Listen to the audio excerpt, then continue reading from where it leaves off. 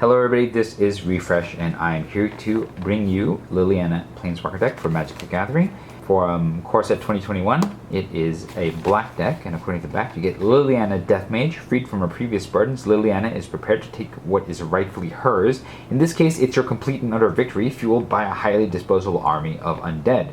You get a deck box, a 60 card deck that you can play tabletop or online, as well as one 15 card booster pack, a strategy insert, and 2 reference cards. Let's go ahead and look at what's inside. Alright, Liliana Death Mage is a 4 loyalty, 6 mana planeswalker, and for +1 you can return up to 1 creature card from your graveyard to your hand. For -3, destroy target creature, its controller loses 2 life, and for -7, target opponent loses 2 life for each creature card in their graveyard. So it's a pretty standard, good planeswalker. Probably not for standard because it's expensive, but for planeswalker deck it does everything you want. You can have card advantage, you have ability to protect itself by killing creatures, so like that. Then you have a deck box with some Liliana artwork. Inside you have your deck, you have your strategy insert, and your single booster pack. It's down from 2, but the MSRP is lower, so that's reasonable. Alright, in the front you have some information about who Liliana is. There's not really much story there, so it's not that interesting. And some of these words aren't going to mean anything to people that haven't played Magic before, so I think that this would be better if it were a little bit more hefty in terms of the biography that you get for Liliana. You also have some information about playing the deck, which is not actually that information because there's not that much information on what you're really trying to do or what cards do what or so forth. I wish there was a deck tech here, but this is what we get, so this is what we get. And then there's some information on the terms that you're going to encounter in the deck. It's unfortunate that we don't have a deck list or anything like that, but they really skimped back on what these Planeswalker decks are. On the back there is information on how to play a Planeswalker, the card type, and everything like that. So this is good, especially since this is a complex card type. Here's the deck. Liliana's Scorn appears to be the unique rare, and for 5 mana you destroy a creature and then grab Liliana. It seems pretty good.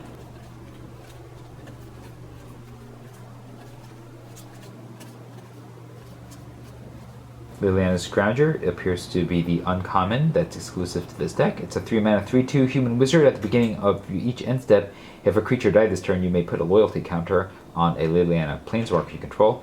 So this is only really good if you have a Liliana and you're able to take advantage of some of this sacrifice or kill synergy in the deck.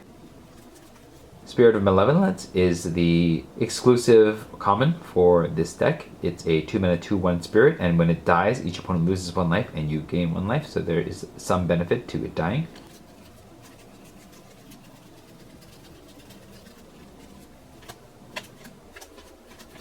And here's a tip card for how combat damage works, for how attacking and blocking works. Some kind of useless information about formats, since this deck isn't really going to give you really one understanding of how this works. And then a turn guide, which is useful for newer players. And then we have your code that you can use to redeem this deck on MTG Arena. I've already done so, so don't worry about doing so with this code yourself. But this is great because your one purchase lets you play this deck both on tabletop as well as online. And so I'm a big fan of having these in the paper products that you purchase. And that's the deck. I'll be right back after playing this against its peers to let you know what I think.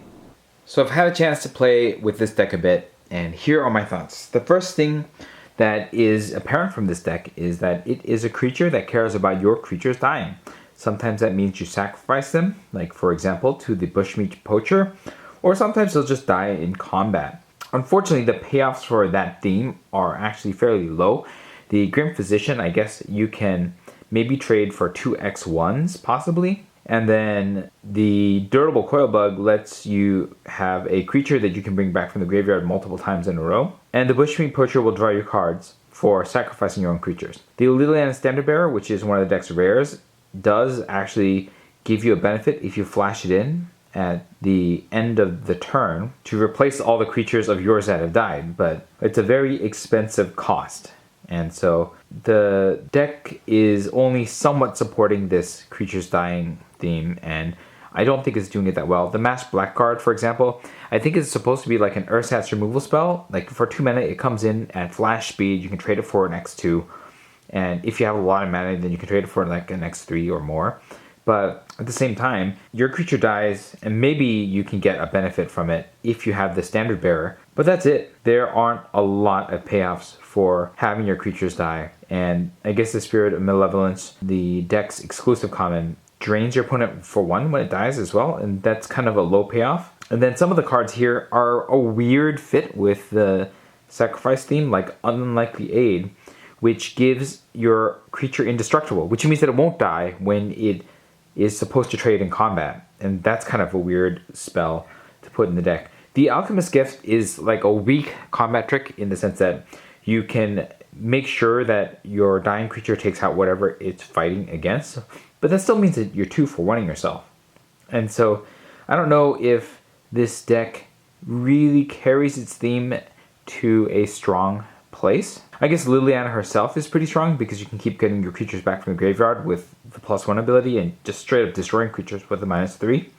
And her signature spell that searches her up from your graveyard or your deck does also destroy a creature. And so that's quite good too.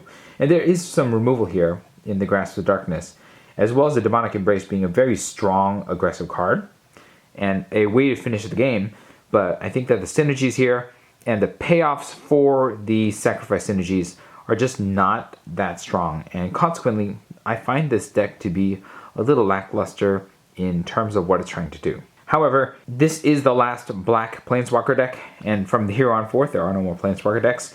And if you do like the idea of benefiting from your creatures dying in some way, then I guess this is an okay starting point for you. But there are decks that have done this better. And even if there aren't going to be more Planeswalker decks that do this, I'm sure that there will be plenty of other precons that will. Let me know what your thoughts were about this deck if you had a chance to play with it in the comments below. If you found this video helpful, hit the like button. If you'd like to see more of my videos, you can hit subscribe. This is Refresh. Thanks for watching, and I will see you next time.